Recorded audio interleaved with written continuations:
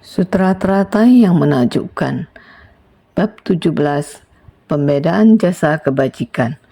Shinfasyang Sutra Teratai episode 1611.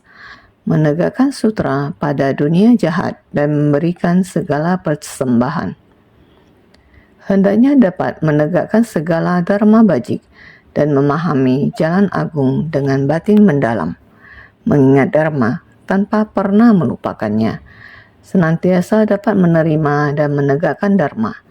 Itu sebabnya ketika berada di tengah orang banyak dapat membabarkan dharma tanpa gentar.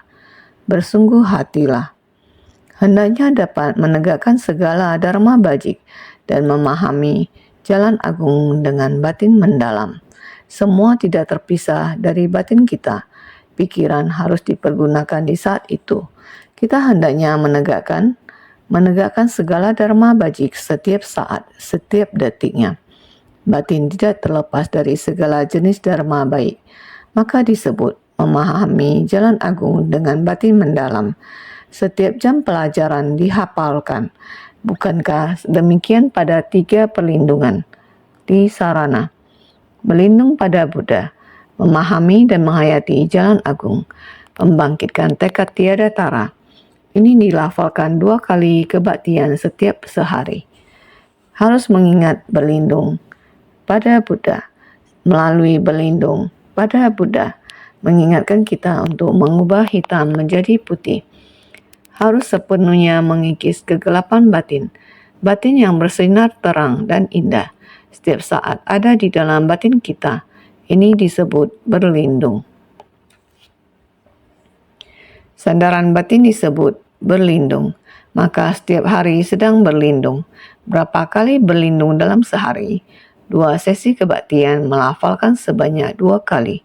Apakah 2 kali saja sudah cukup? Tidak demikian. Harus setiap saat. Barulah disebut dengan batin mendalam. Dengan batin mendalam, artinya dengan sepenuh hati mendalami. Barulah disebut dengan hati mendalam. 2 sesi hanya merupakan rangkaian materi saja. Ingat, kita ada 2 sesi kebaktian pagi dan malam. Tetapi kita harus memiliki keyakinan dan pemahaman setiap saat. Dalam setiap saat batin kita tetap berlindung, mengubah hitam menjadi putih. Ini merupakan jalan bodi yang agung dan lurus yang kita tapaki. Niat pikiran kita dapat selalu demikian. Ini berarti batin kita menuju ke jalan kebenaran. Ini juga disebut menegakkan segala dharma bajik. Jika batin kita menuju ke jalan kebenaran dalam berinteraksi dengan orang dan materi, hal apa yang akan menyimpang dari dharma? Tidak akan. Kita tidak akan menyimpang. Dengan sendirinya, arah kehidupan kita akan menuju kemurnian. Kita harus bersungguh hati menghayati, mengingat dharma tanpa pernah melupakannya. Senantiasa dapat menerima dan menegakkan dharma. Oleh itu, kita harus tetap mengingatnya.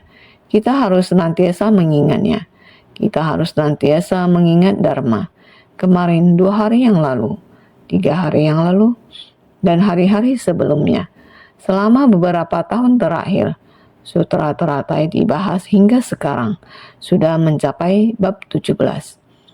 Setiap bab menggunakan waktu yang demikian panjang sudah untuk dibahas dengan semua dan berbagi kesan batin.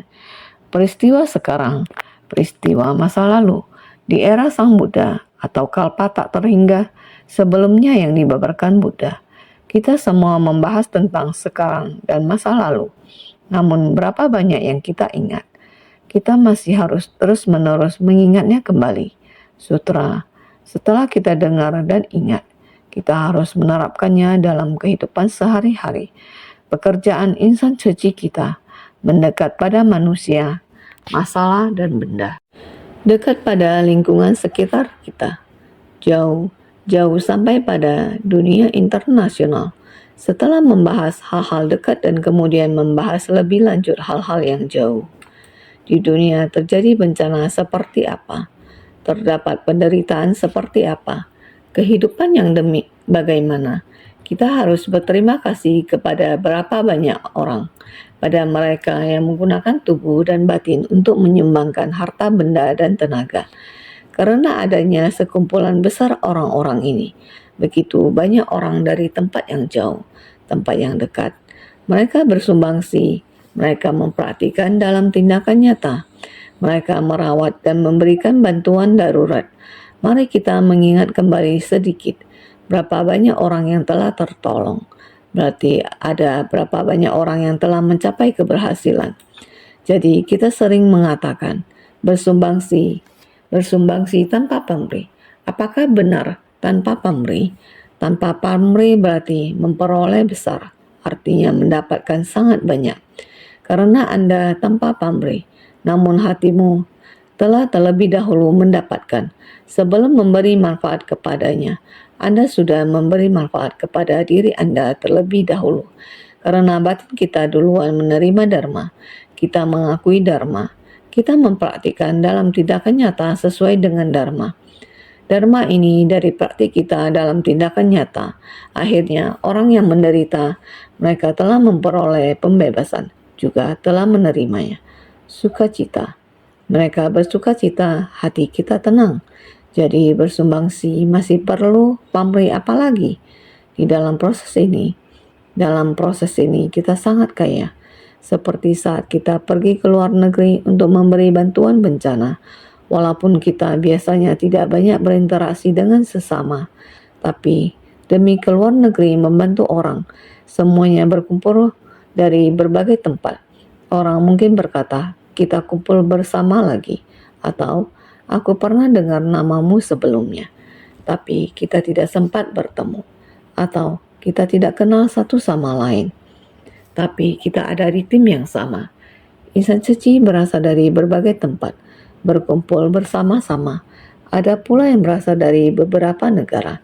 Teman kebajikan bertemu dan berkumpul bersama, bisa membentuk jodoh baik dengan sesama. Inilah disebut berkumpul bersama bagaikan awan bergulung. Bodhisattva berkumpul bersama bagaikan awan bergulung. Dari tempat yang jauh, mereka berkumpul bersama dengan tekad dan ikrar yang sama. Inilah bagaimana kita bisa menapaki di jalan yang sama untuk menyelesaikan sesuatu yang kita khawatirkan dan satu tekad hati untuk bersumbangsi. Lihatlah tahun 2018 di Serbia. Saat itu, para pengungsi di sana berpindah-pindah. Bencana mereka adalah dari negara Syria ini. Terus melarikan diri sudah beberapa tahun. Di manakah rumahnya? Ada ibu-ibu melarikan diri sedang mengandung, melahirkan saat melarikan diri. Terus sampai saat ini menggandeng anak-anak ini. Rumah anak-anak ini mau jalan arah kemana? Dalam perut sudah melarikan diri, sekarang dilahirkan. Di manakah rumah anak ini? Sangat tragis. Di Serbia juga sama bergerak di sana. Ada kesempatan sudah bisa keluar. Ada orang yang masih melarikan keluar. Meskipun tidak ada tempat, tidak ada arah tujuan, juga ada satu harapan. Harapan mereka bisa sampai satu negara. Oleh karena itu, tinggal di Serbia adalah sementara. Orang di sana jumlahnya terkadang bertambah sampai 1.000 atau 2.000 orang. Kadang berkurang 800 atau 900 orang, 700 atau 800 orang. Adalah bertambah dan berkurang tidak tetap. Namun mereka masih status pengungsi. Tidak ada tempat menetap yang pasti. Para pengungsi ini, insan suci di Eropa, dari 7 sampai 8 negara, berkumpul bersama sekali dalam setiap 1 sampai 2 bulan. Mereka berasal dari negara yang berbeda, namun demi menjaga pengungsi, jadi beberapa waktu mereka pergi dengan tim yang berbeda untuk memberikan perhatian kepada mereka. Bayangkan, apakah ini bukan bodhisattva? Mereka datang dari tempat yang jauh dan berkumpul bersama bagaikan awan. Mereka semua berasal dari negara yang berbeda. Ketika berkumpul bersama, mereka semua adalah insan suci. Kita datang bersama karena kita bekerja sama sebagai sebuah tim. Jadi kita dekat bagaikan keluarga. Kita tidak berkata, kita tidak ada hubungan. Ketika kita bertemu, saya adalah insan suci, kamu adalah insan suci, dan mereka juga adalah insan suci. Kita ada nama bersama, yaitu Ceci. Ada kedekatan di antara kita, seperti anggota keluarga yang bertemu. Karena kedekatan itu, kita saling berbagi pengalaman. Di negara kamu melakukan hal apa saja dan bersumbangsi bagi orang yang menderita. Di negara saya menerima kasus apa dan menolong orang lain untuk mengatasi situasi tragis dan sulit. Kita bisa saling berbagi. Kita juga mengingat kembali. Dengan begini, para relawan mendapatkan material dari setempat dan memberikan perhatian kepada setempat. Apa yang mereka bagikan adalah hal yang sama, yaitu bersumbangsi tanpa pamrih. Masing-masing orang memiliki kesulitan yang berbeda. Setiap orang, setiap bodhisattva memiliki latar belakang budaya yang berbeda dan metode bersumbangsi. Kadang-kadang saya mendengar relawan dari negara yang berbeda datang, berbagi kesan dengan metode yang berbeda, benar-benar membuat orang memujinya. Oleh karena itu, kenangan mereka dikumpulkan di sini. Mereka membentuk pengajaran yang tak terhingga dan tak terhitung jumlahnya. Jadi di bab ini, belakangan ini, kita terus membahas tentang tak terhingga dan tak terhitung jumlahnya, yakni membangkit tekad untuk memberi persembahan.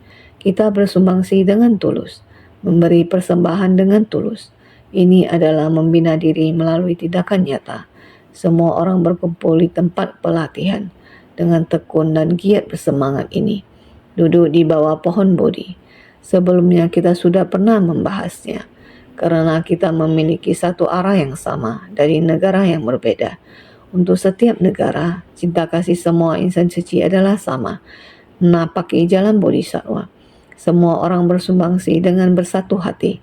Semua orang menaati aturan. Insan suci adalah demikian. Demikianlah membina diri.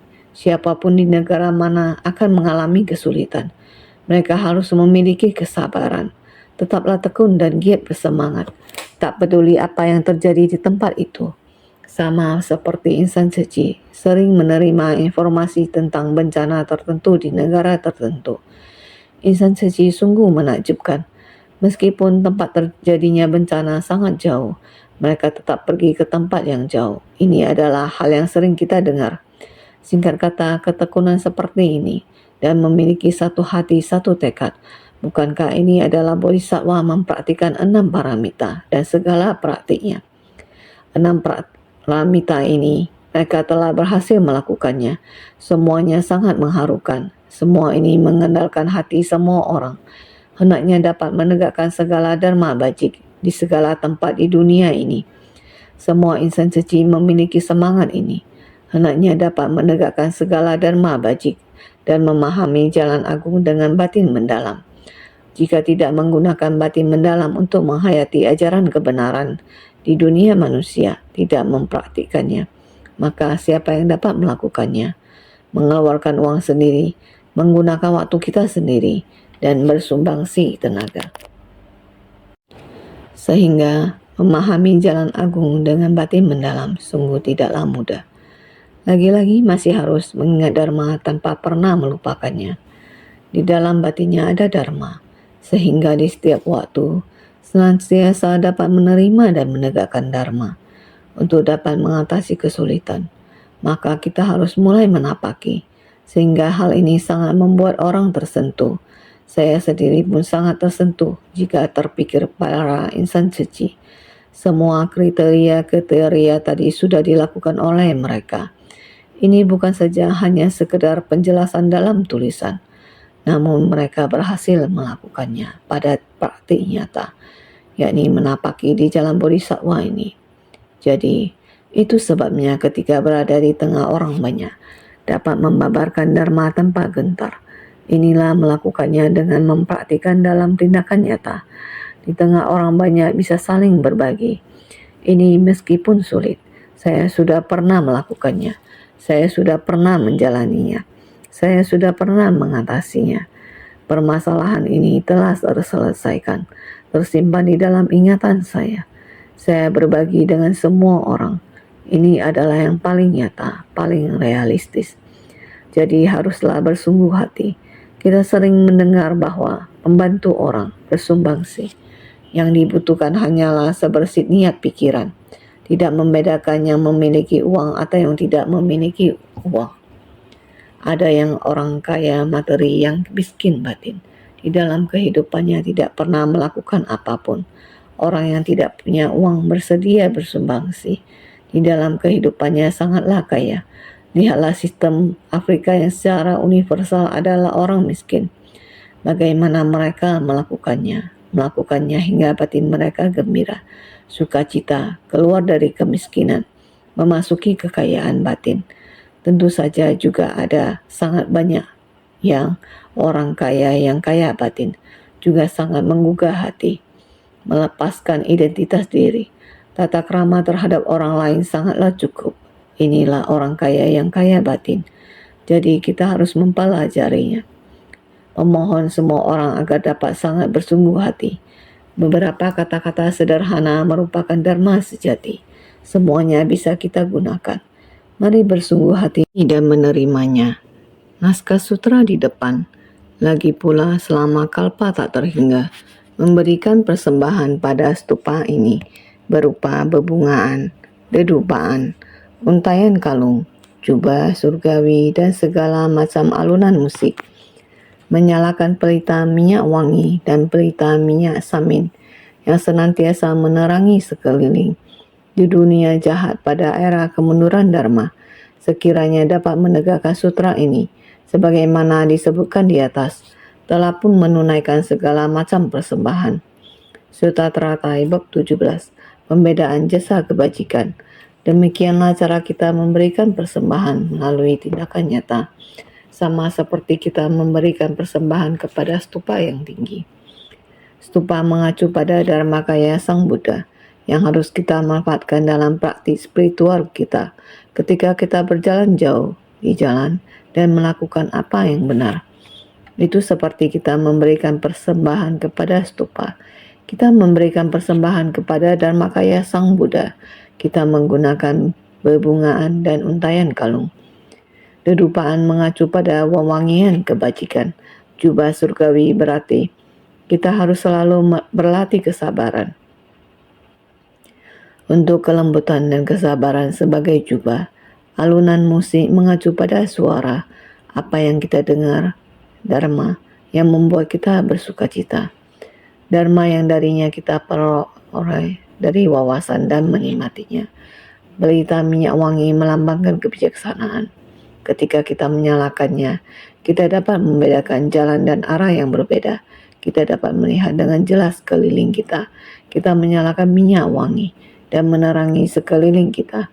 Oleh karena itu, pelita minyak samin yang senantiasa menerangi sekeliling lingkungan sekitar kita menjadi sangat terang benderang, sehingga kita tidak menjadi bingung. Segala sesuatu yang ada di lingkungan sekitar sangatlah bersih. Kegelapan batin sepenuhnya telah dilenyapkan. Kerisauan juga telah dilenyapkan.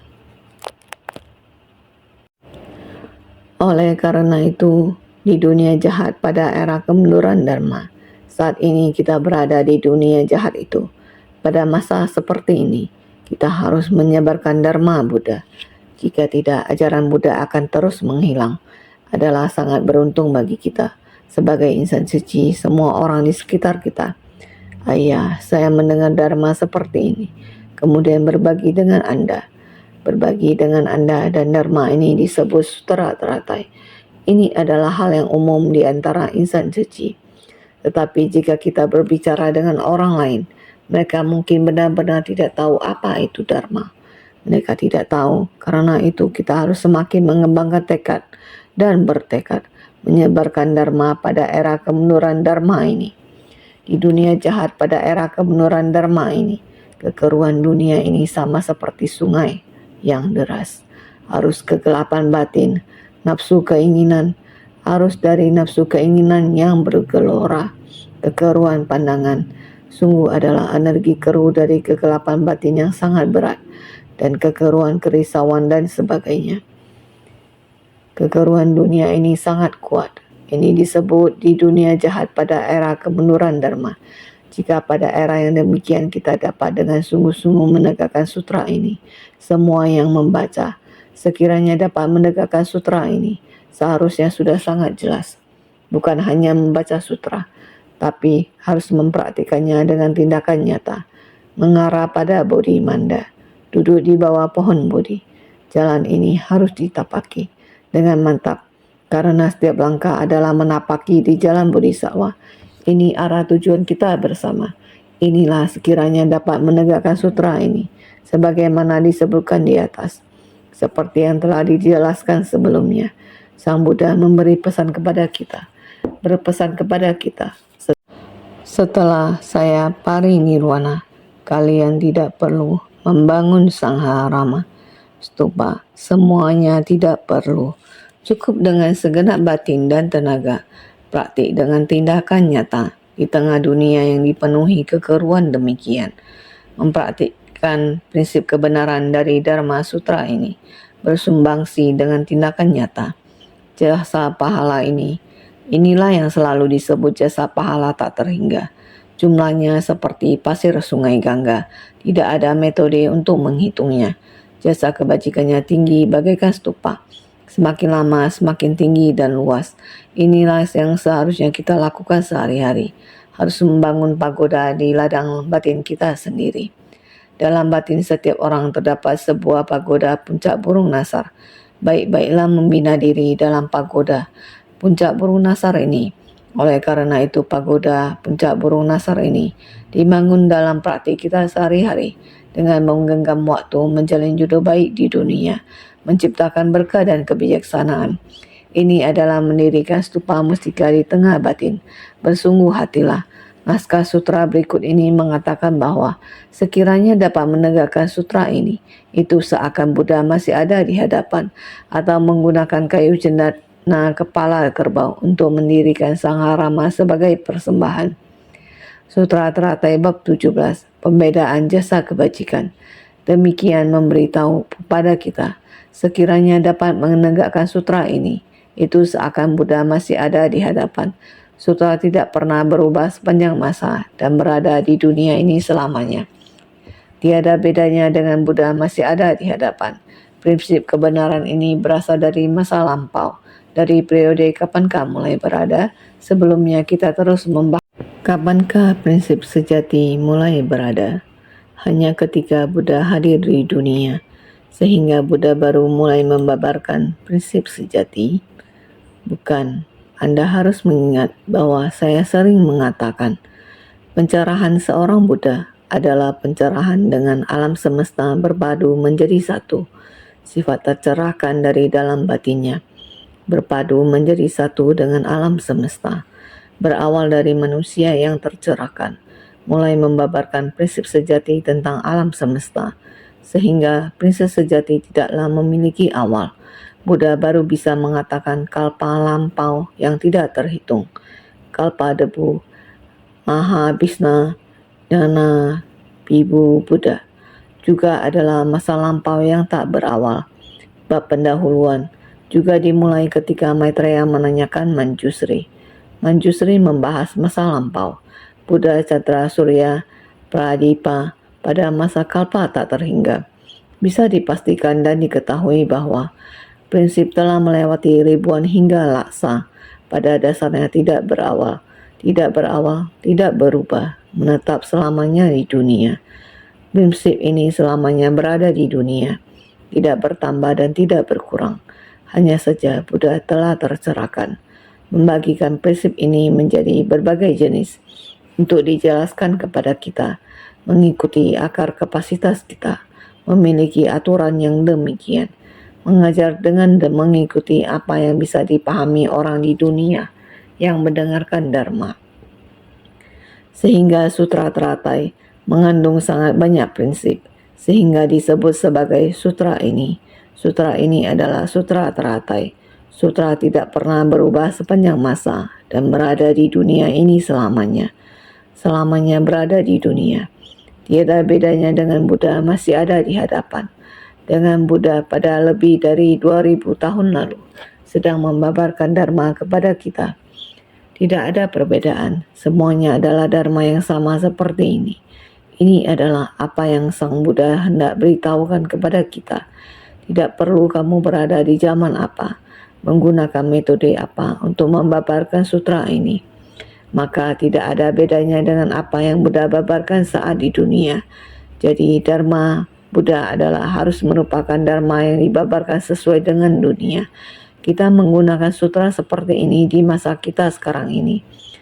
Bodhisattva dunia dimanapun juga sedang bersumbangsi.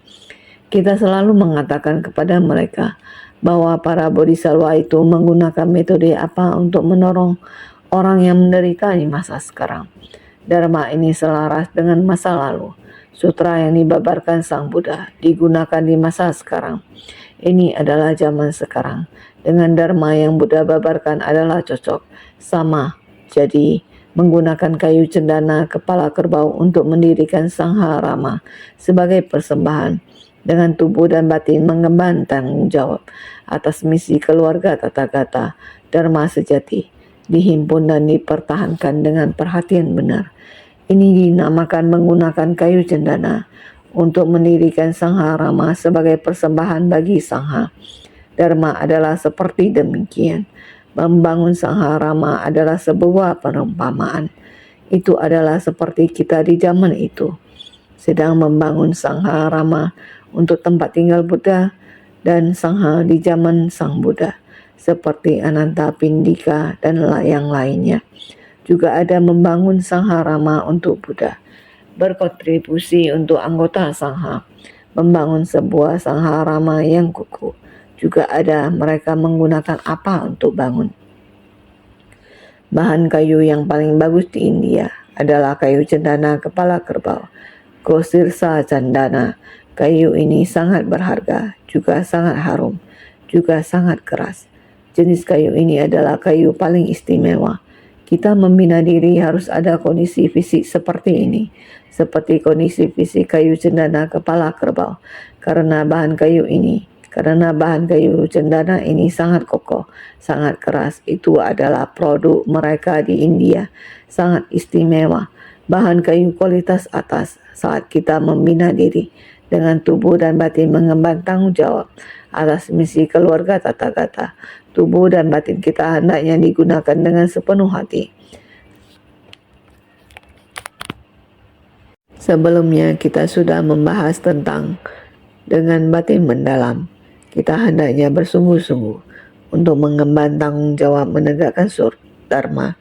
Hendaknya dapat menegakkan segala Dharma bajik.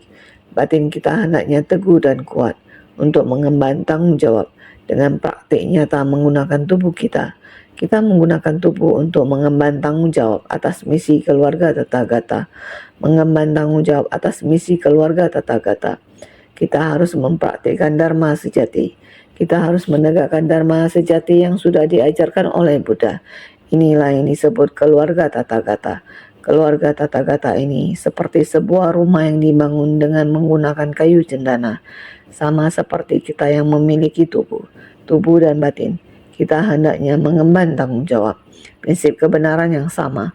Oleh karena itu, dihimpun dan dipertahankan dengan perhatian benar. Tempat pelatihan yang berwujud, kondisi batin yang tak berwujud. Kita hendaknya sepenuh hati menghimpun dan mempertahankan Dharma sejati. Apa yang kita yakini, yaitu kebaikannya. Oleh karena itu, kita hendaknya memahami dengan sepenuh hati, dihimpun dan dipertahankan dengan perhatian benar. Ini dinamakan menggunakan kayu cendana untuk mendirikan Sangha Rama sebagai persembahan bagi Sangha. Menggunakan kayu cendana untuk mendirikan Sangha Rama adalah sebuah perumpamaan. Sebenarnya adalah kondisi batin kita, mengemban tanggung jawab misi keluarga Tathagata, misi keluarga Tathagata dan Dharma sejati. Kita hendaknya mengukir Dharma sejati ke dalam batin kita, dihimpun dan dipertahankan dengan perhatian benar. Ini sangat penting. Para hadirin semua hendaknya memahaminya dengan sepenuh hati. Selanjutnya naskah sutra berikutnya menyatakan, ada sebanyak 32 aula setinggi 8 pohon tala, dipenuhi dengan makanan terbaik, pakaian menakjubkan dan peralatan tidur, tempat tinggal bagi ratusan ribu orang, hutan kecil, kolam mandi, jalan kecil, dan gua meditasi. Semuanya tertata rapi dan indah.